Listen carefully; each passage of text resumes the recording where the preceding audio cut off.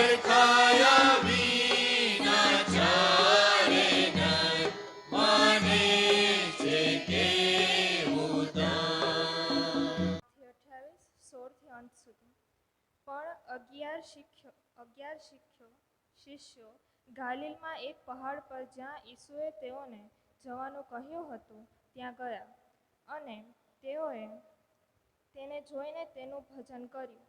પણ કેટલાયને સંદેહ આવ્યો, અને ઈસુએ ત્યાં આવીને તેઓને કહ્યું કે આકાશમાં તથા પૃથ્વી પર સર્વ અધિકાર મને અપાયો છે. એ માટે તમે જઈને સર્વ દેશનાઓને શિષ્ય કરો, બાપ તથા દીકરા તથા પવિત્ર આત્માને નામે તેઓને બાપ્તિસ્મા આપતા જાઓ. મેં તેમને જે આજ્ઞા કરી તે સર્વ પાળવાનું તેઓને શીખવતા જાઓ. અને જુઓ, જગતના અંત સુધી હું સર્વકાળ તમારી સાથે છું. પ્રભુ ઈસુના વાંચેલા વચન પર આશીર્વાદ. પ્રાયશ્ચિત છે, અને કેવળ આપણા જ નહીં પણ આખા જગતના પાપનું તે પ્રાયશ્ચિત છે. આવો તે એવા અદ્ભુત દેવની આરાધના કરીએ અને ગીત ગાઈશું. મેરા यीशु है कमाल का, उसके जैसा कोई नहीं.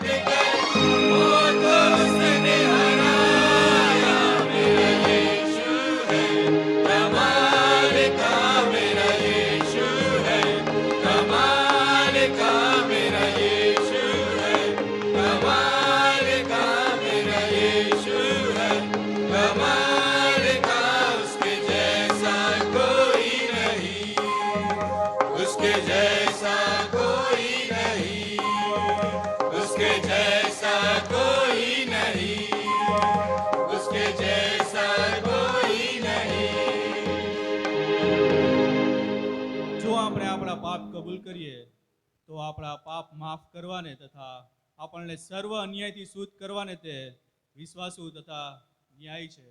આવો આપણે બીજું ગીત ગાઈશું. धन्यवाद के साथ स्तुति गाऊंगा, है यीशु मेरे खुदा.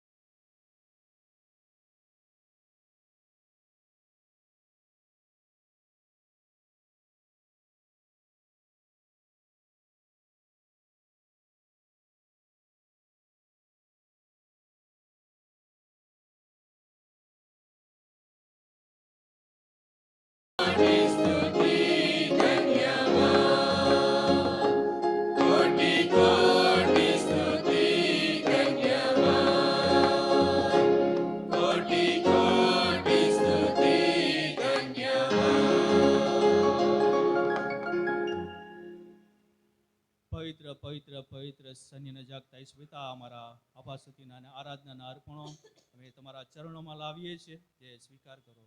આમેન. આમેન. આપણે બેસ.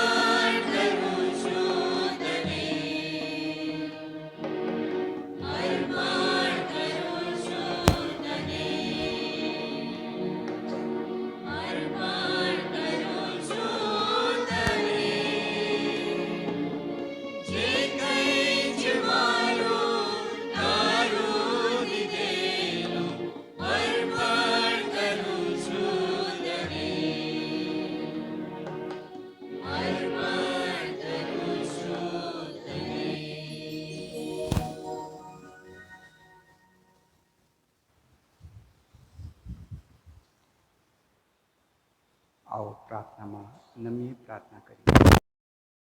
ગુરુ અને એનો શિષ્ય. ગુરુ અને એનો શિષ્ય એ બે વચ્ચેના સંબંધો, ગુરુ અને શિષ્યની જે અસરો છે, એનો જે આશીર્વાદ છે, એનાથી પરમેશ્વરની યોજના કેવી રીતે પરિપૂર્ણ થાય છે, એ બધી બાબતોને સમજવાનો પ્રયત્ન કરી રહ્યા છે. અને આ સાચું કહું તો ખ્રિસ્તી વ્યક્તિ માટે બહુ જ જરૂરી એવો આ વિષય છે.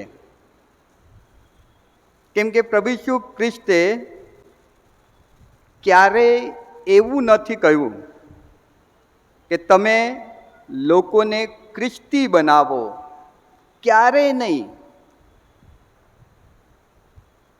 કોઈ જગ્યાએ પ્રભુ ઈસુ ખ્રિસ્તે એવો આદેશ કે હુકમ કે આજ્ઞા નથી આપી કે તમે લોકોને ખ્રિસ્તી બનાવો.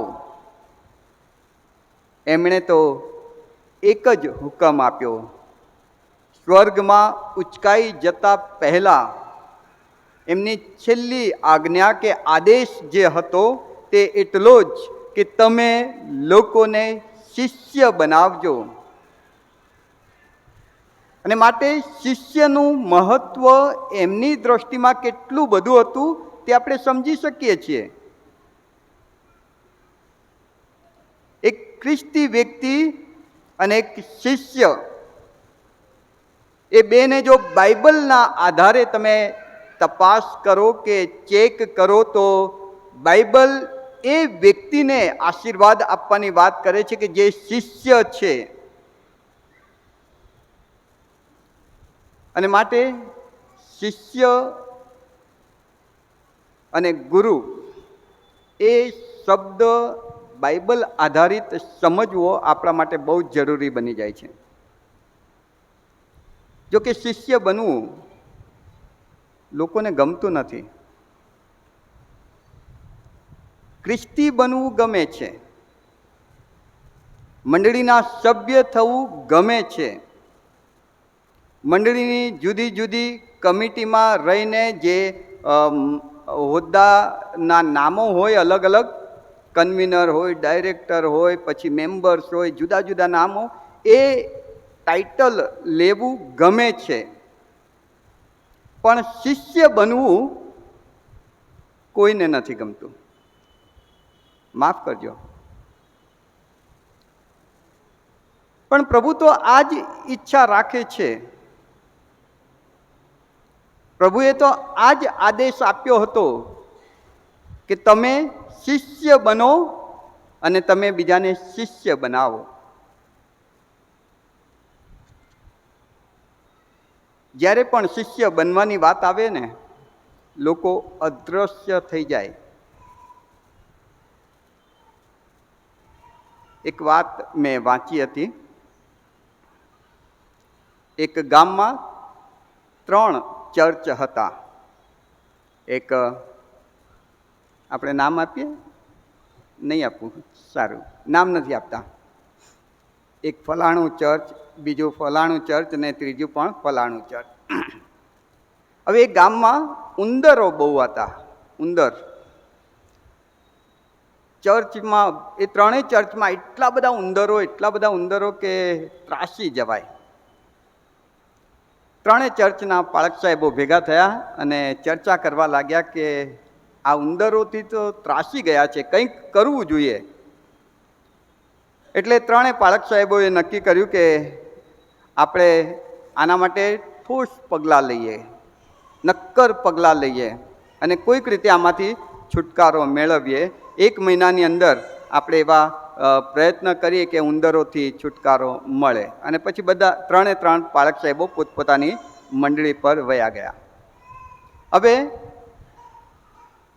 1 મહિના પછી 3 પાળક સાહેબો પાછા ભેગા થયા અને પૂછ્યું કે ભાઈ તમારા ચર્ચની શું હાલત છે? તો પહેલાં પાળક સાહેબે એવું કહ્યું કે ઉંદરને દૂર કરવા માટે મેં જે પ્રયત્ન કર્યો તે મારા ચર્ચની આજુબાજુ બહુ મોટી કેનાલ ખોદી નાખી અને કેનાલમાં પૂરું પાણી ભરી દીધું કે જેથી બહારથી ઉંદરો ચર્ચની અંદર ન આવે. પણ એ ઉંદરોનો ત્રાસ તો બમણો થઈ ગયો. કેનાલમાં પડીને તરીને પાછા ચર્ચમાં આવે. બીજા પાળક સાહેબને પૂછ્યું કે તમે શું પ્રયત્ન કર્યો? બીજા પાળક સાહેબે કહ્યું કે મેં તો એક દિવસે બહુ બધા લોકોને મદદ લીધી અને જેટલા ઉંદરો છે બધાને પકડી લીધા અને બધા ઉંદરોને પકડીને બહુ જ દૂર જંગલમાં જઈને એમને છોડી આવ્યા. બીજા પાળક સાહેબે પૂછ્યું તો પછી તમને તો છુટકારો મળી ગયો? તો કે ના, એ જંગલમાંથી આવ્યા ને તો બીજાને બી જોડે લેતા આવ્યા અને ઉંદરોનો ત્રાસ તો બમણો થઈ ગયો. ત્રીજા પાળક સાહેબને પૂછ્યું કે ભાઈ તમે શું કર્યું? તે કે મારા ત્યાં તો હવે એક પણ ઉંદર નથી આવતું. ઓ, તો એવું તમે શું કર્યું કે બધા ઉંદરો તમારા ચર્ચમાંથી ગાયબ થઈ ગયા? તે પાળક સાહેબે કહ્યું કે અમે એક જ કામ કર્યું કે બધા ઉંદરોને બાપ્તિસ્મા આપી દીધું અને કહ્યું કે હવે શિષ્ય થાવ.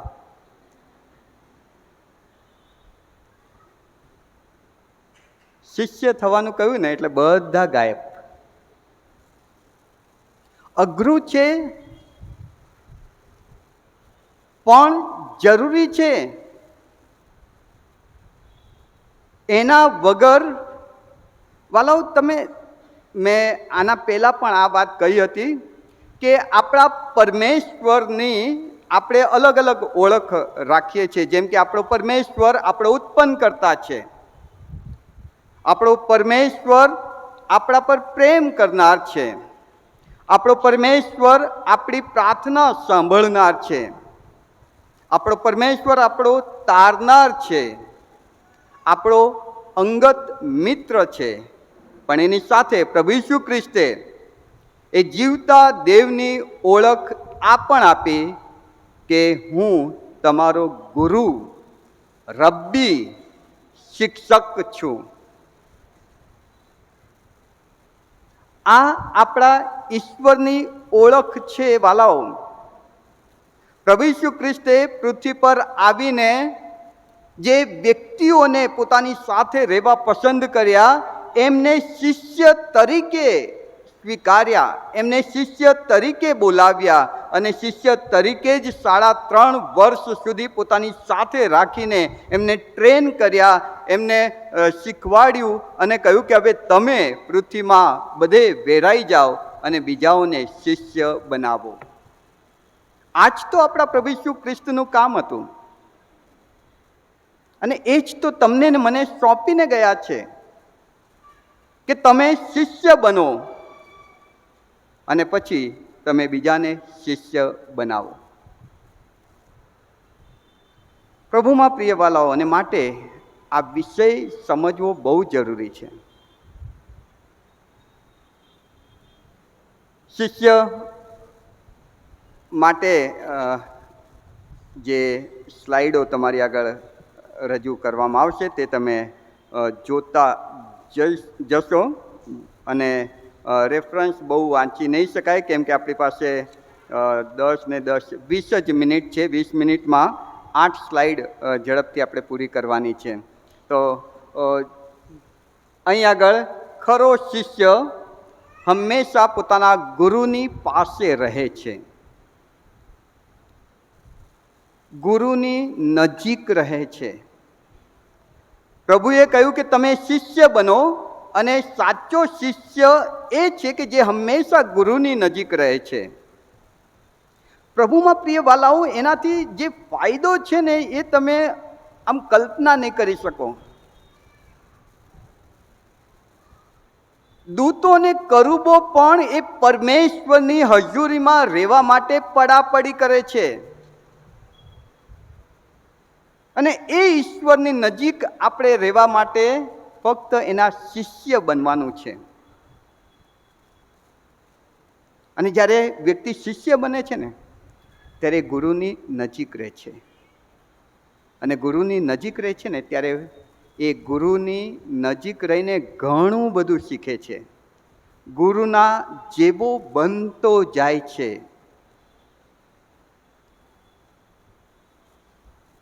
મૂસા યહોશવાને પોતાની જોડે રાખનાર, એલિયા એલિસાને જોડે રાખનાર, પીતર, યોહાન, યાકૂબ એ 12 શિષ્યને પ્રભુ ઈસુ ખ્રિસ્તે પોતાની જોડે રાખ્યા. આ બધા ગુરુ શિષ્યના સંબંધો બાઇબલ બતાવે છે. બાઇબલ આવા સંબંધોથી ભરાયેલું છે વાલાઓ. અને ઈશ્વર સાથે આપણો આ જ નાતો હોઈ શકે કે એ મારો ગુરુ છે, મારો શિક્ષક છે. એ નિષ્ણાંતની પાસેથી મારે શીખવાનું છે કે જીવન કેમ જીવવું, કેમ બોલવું, કેમ વર્તવું.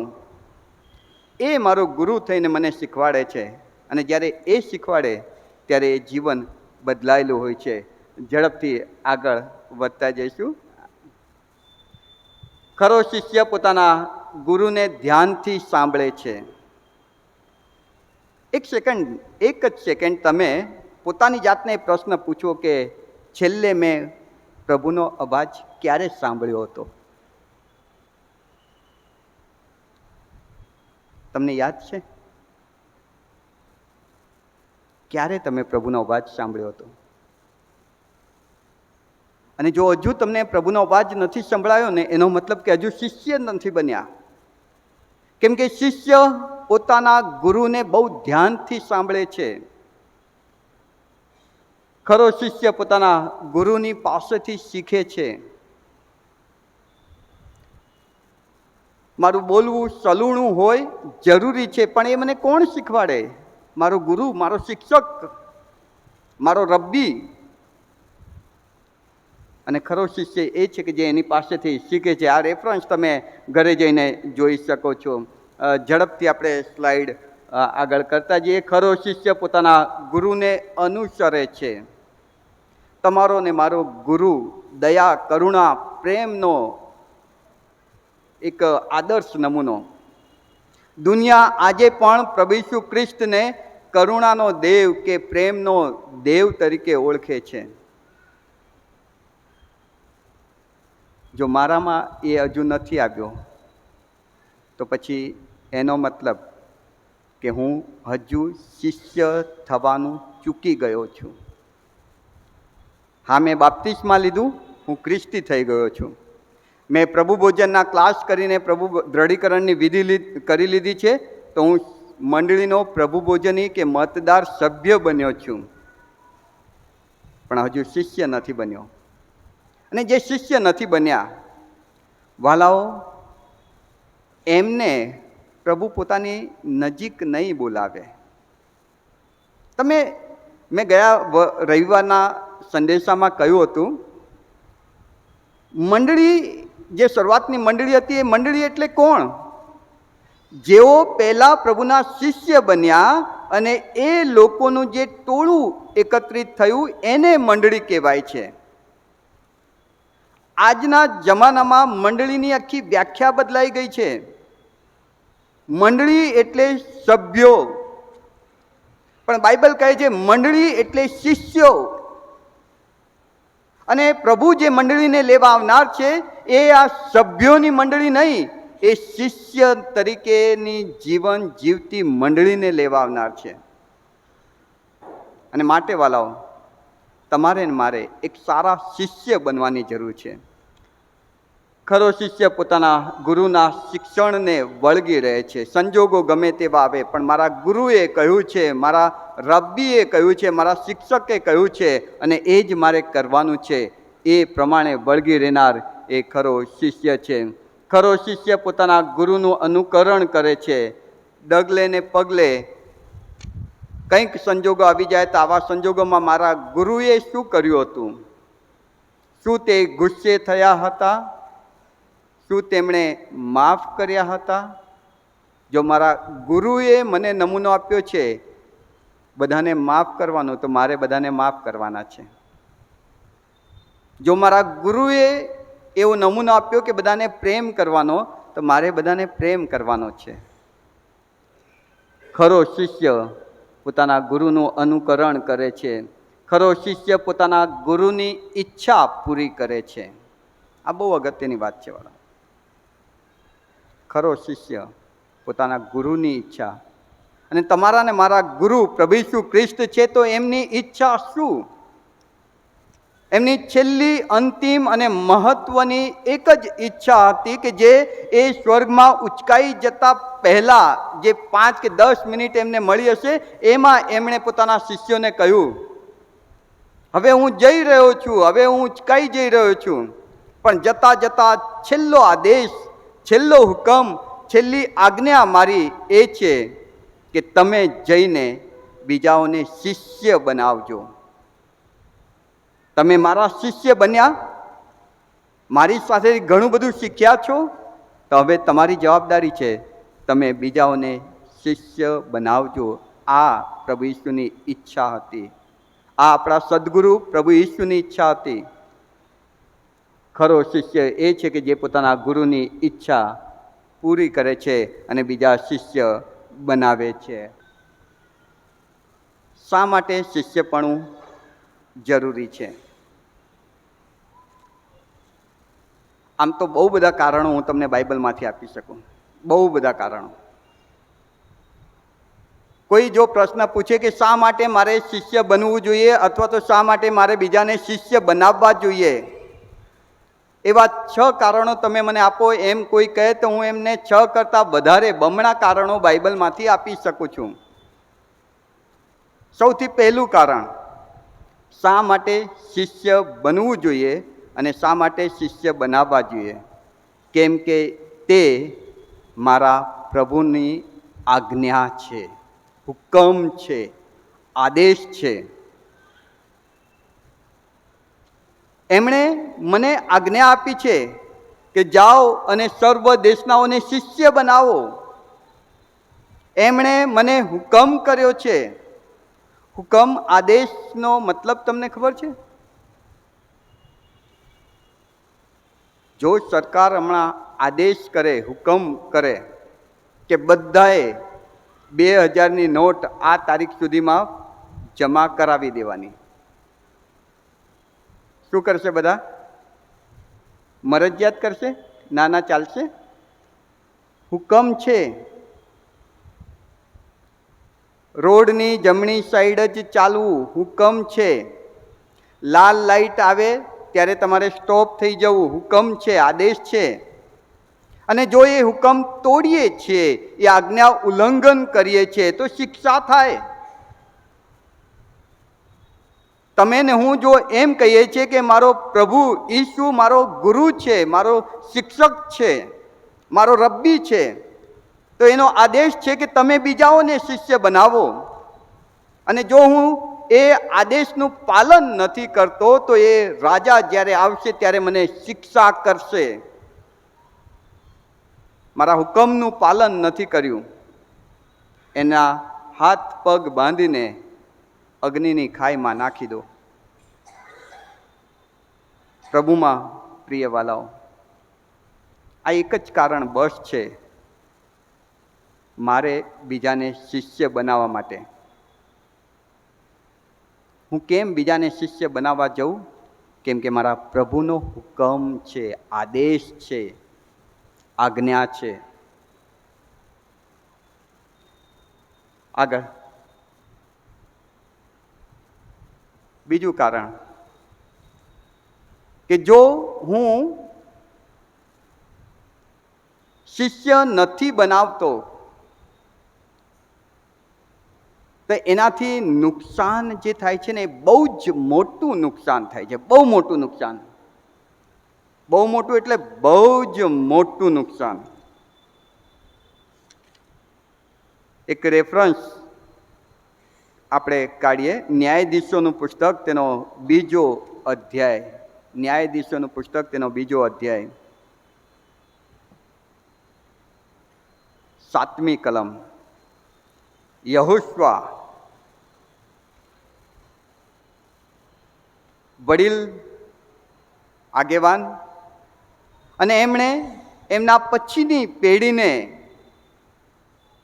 એ ઈશ્વરની ઓળખ આપી કે જે ઈશ્વર મને મૂસા દ્વારા મળ્યો છે, એ ઈશ્વર જીવતો દેવ કે જે મિસ્રમાંથી અમને કાઢી લાવનાર છે, એ દેવની આરાધના તમે કરજો, એવું યહોશવાએ એના પછીની પેઢીને કહ્યું. પછી 10મી કલમ, કે એ જે પેઢી હતી યહોશવા પછીની પેઢી, એ ખતમ થઈ સમય જતા, અને પછી એક નવી પેઢી આવી કે જેને યહોવાએ કરેલા કામ નહોતા ખબર. કેમ કે યહોશવા પછીની પેઢીએ એ ઈશ્વર વિશેની માહિતી, સમજણ, શિક્ષણ એના પછીની પેઢીને આપવાની જરૂર હતી, પણ એ એમણે કર્યું નહીં. મૂસાથી યહોશવાને મળ્યું, યહોશવાથી વડીલોને મળ્યું, અને વડીલોએ એમના પછીની પેઢીને આપવાનું હતું, એ ન અપાયું. એના કારણે એ જે નવી પેઢી આવી એ ઈશ્વરને જાણતી નહોતી, ઓળખતી નહોતી. અને એનું પરિણામ શું આવ્યું? એનું પરિણામ 11મી કલમમાં, કે પેઢી યહોવાને ભૂલી ગઈ અને બાલ નામના દેવતાની સેવા કરવા લાગ્યા અને યહોવાને રોષ ચડાવ્યો. આ થાય. મિશનરી દ્વારા મારા દાદાને સુવાર્તા મળી. મારા દાદાએ મારા બાપાને વચનનું શિક્ષણ આપ્યું, અને મારા બાપા અને મા બહુ જ ધાર્મિક જીવન જીવતા હતા. મેં જોયું છે અને એમની પાસેથી હું શીખ્યો છું. હું પણ બાઇબલ વાંચું છું, હું પણ પ્રભુમાં જીવવાનો પ્રયત્ન કરું છું. પણ જો હું મારા પછીની પેઢીને એ નથી આપતો, એમને નથી શીખવાડતો, એમને શિષ્ય નથી બનાવતો, તો વાલાઓ એ પેઢી ઈશ્વરને ભૂલી જશે એવું બાઇબલ કહે છે. અને ઈશ્વરને ભૂલી જવાથી વાલાઓ જે આશીર્વાદો છે ને ચાલ્યા જાય છે. કેમ કે ત્યાં બાઇબલમાં એવું લખ્યું છે કે એમ કરીને એ પેઢીએ યહોવાને રોષ ચડાવ્યો, ક્રોધ ઉપજાવ્યો. પ્રભુમાં પ્રિય વાલાઓ, અને માટે આપણે શિષ્ય બનીએ અને પછીની પેઢીને શિષ્ય બનાવીએ. જો એક પ્રશ્ન પૂછીએ, કદાચ હાથ ઊંચો ન કરતા, જવાબ પણ ન આપતા, પણ પોતાની જાતને જવાબ આપજો. કેટલા ઘર એવા છે કે જેમાં રોજ સાંજે કુટુંબ તરીકે ભેગા થઈને બાઇબલ વાંચવામાં આવે છે અને પ્રાર્થના કરવામાં આવે છે? શું એમાંનું તમારું ઘર છે? શું તમારા ઘરમાં બાઇબલ વંચાય છે, પ્રાર્થના થાય છે? જો નથી થતું તો યાદ કરો, તમારા મમ્મી પપ્પા અને એમના મમ્મી પપ્પા કે જેમને મિશનરીએ પ્રભુ ઈસુનું નામ આપેલું, અને મિશનરીએ એ લોકોને શીખવાડેલું કે રોજ સાંજે કુટુંબ તરીકે ભેગા મળીને બાઇબલ વાંચીને પ્રાર્થના કરીને જ ઊંઘવા જવાનું. અને એ લોકો કરતા હતા. મારા મા બાપે કર્યું છે, અને હવે જો હું નથી કરતો તો મારા પછીની પેઢી નહીં કરે, અને એ ઈશ્વરથી દૂર જઈને બહુ જ મોટા નુકસાનમાં જશે. પ્રભુમાં પ્રિય વાલાઓ, આ શિષ્ય બનાવવાનો જે આશીર્વાદ છે એ કેટલો મોટો છે તમને ખબર છે? એક આગળ જવા દેજો. એક આ ચાર્ટ મેં સવારે બનાવ્યો. એક કોઈક મોટા કન્વેન્શનમાં કોઈક સારા વક્તા આવે છે, અને સારા વક્તા દ્વારા પહેલા વર્ષે 1000 વ્યક્તિ પ્રભુમાં ઉમેરાય છે. પહેલા વર્ષે 1000 વ્યક્તિ, અને બીજી બાજુ આ એક શિષ્ય એક વ્યક્તિને શિષ્ય બનાવે છે. હવે તમને એમ લાગશે કે આ બાજુ સુવાર્તાથી 1000 માણસો પ્રભુમાં ઉમેરાયા, અને બીજી બાજુ શિષ્ય બનાવવાથી એક જ વ્યક્તિ પ્રભુમાં ઉમેરાયો છે. હવે તમે જુઓ, 5 વર્ષ પછી શું સ્થિતિ છે? દર વર્ષે 1000 વ્યક્તિ પ્રભુમાં, એ પ્રીચરના વચનથી આવતા વ્યક્તિઓની સંખ્યા 5000 થાય છે. દર વર્ષે 1000 આત્માઓ જીતે છે, તો થયા કેટલા? 5000. બીજી બાજુ શિષ્ય જે બનાવે છે ગુણાકારમાં થાય છે. પહેલા વર્ષે 2 થયા, બીજા વર્ષે 4, ત્રીજા વર્ષે 6, પછી કેટલા થાય? 6 પછી 8, પછી ગણતા જાઓ. 5 વર્ષે કેટલા થાય? અરે બોલો ના, 5 વર્ષે 32 થશે 5 વર્ષે. પહેલા વર્ષે 1, 2 થયા, બીજા વર્ષે 4, ત્રીજા વર્ષે 8, અને ચોથા વર્ષે 16, અને પાંચમા વર્ષે 16 દુ 32 થયા. પેલી બાજુ 5000 વ્યક્તિ. આપણને એમ લાગે કે હું બહુ ધીમે ચાલી રહ્યો છું, પણ તમે જુઓ હવે શું થાય છે. 10 વર્ષે પેલી બાજુ 10,000 આવે છે, અને આ બાજુ 1024 આવે છે. 15 વર્ષે આ બાજુ 15000 આવે છે, અને પેલી બાજુ 32,768 વ્યક્તિ. ગુણાંકમાં શિષ્યપણું વધે છે. મેં કોઈકને શિષ્ય બનાવ્યા, એ કોઈક બીજાને શિષ્ય બનાવે છે, એ કોઈક બીજાને શિષ્ય બનાવે છે, ને એમ 20 વર્ષે સુવાર્તા પ્રચાર દ્વારા ફક્ત 20,000 વ્યક્તિ, દર વર્ષે 1000 ગણતરી કરીએ તો 20 વર્ષે 20,000, અને એમાં પણ એ 20,000માંથી પણ કેટલા ટકે છે એ તો ઈશ્વર જ જાણે. પણ જે શિષ્ય બનાવે છે એ પ્રોપર ઘડે છે, પાક્કા બનાવે છે. એટલે એ શિષ્યનો મતલબ કે એને એવી રીતે ઘડે છે, ભાઈ રોજ બાઇબલ વાંચવાનું એટલે વાંચવાનું, મનન વગર બહાર નીકળાય જ કેમ? શાંત મનન તો કરવું જ પડે. પ્રાર્થના વગર ખાધું જ કેમ? બાઇબલ વાંચ, એમાં તારા પ્રશ્નોના જવાબ મળશે. એ રીતે શિષ્ય ઘડાય છે, શિષ્ય બનાવવામાં આવે છે, એ કદી ઉથલી નહીં પડે પછી. અને એવા 20 વર્ષે 1,48,576 વ્યક્તિઓ પ્રભુમાં બહુ મજબૂતાઈથી આવી જાય છે. પ્રભુમાં પ્રિય વાલાઓ, અને માટે શિષ્યપણું બહુ જ જરૂરી છે, બહુ જરૂરી છે.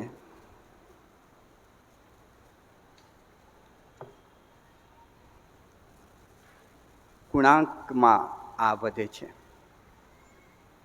પણ એના માટે પહેલાં મારે શિષ્ય થવું પડે, અને પછી મારા બાળકોને શિષ્ય બનાવવા પડે, એ મારા મિત્રોને બનાવવા પડે, મારી અડોશ પડોશ રહેતા વ્યક્તિઓને બનાવવા પડે, ને એ બીજાને બનાવશે, એ બીજાને બનાવશે, એ બીજાને બનાવશે. ને પ્રભુ ઈસુએ એ જ ગણતરી સાથે છેલ્લો આદેશ એવો જ આપ્યો કે તમે જઈને શિષ્ય બનાવજો.